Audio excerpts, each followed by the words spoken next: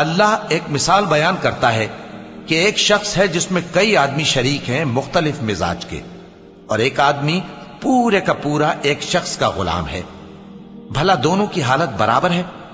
نہیں، الحمدللہ، مگر یہ اکثر لوگ نہیں جانتے۔ اے پیغمبر، تم بھی مرنے والے ہو اور یہ بھی مرنے والے ہیں، پھر تم سب قیامت کے دن اپنے پروردگار کے سامنے جھگڑو گے، پھر اس سے بڑھ کر ظالم کون جو اللہ پر جھوٹ بولے اور سچی بات جب اس کے پاس پہنچ جائے تو اسے جھٹلائے۔ کیا جہنم میں کافروں کا ٹھکانہ نہیں ہے؟ اور جو شخص سچی بات لے کر آیا اور جس نے اس کی تصدیق کی، وہی لوگ متقی ہیں۔ وہ جو چاہیں گے ان کے لیے ان کے پروردگار کے پاس موجود ہے۔ نیکوکاروں کا یہی بدلہ ہے، تاکہ اللہ ان سے برائیوں کو جو انہوں نے کی دور کر دے، اور نیک کاموں کا جو وہ کرتے رہے ان کو بدلہ دے۔ کیا اللہ اپنے بندے کو کافی نہیں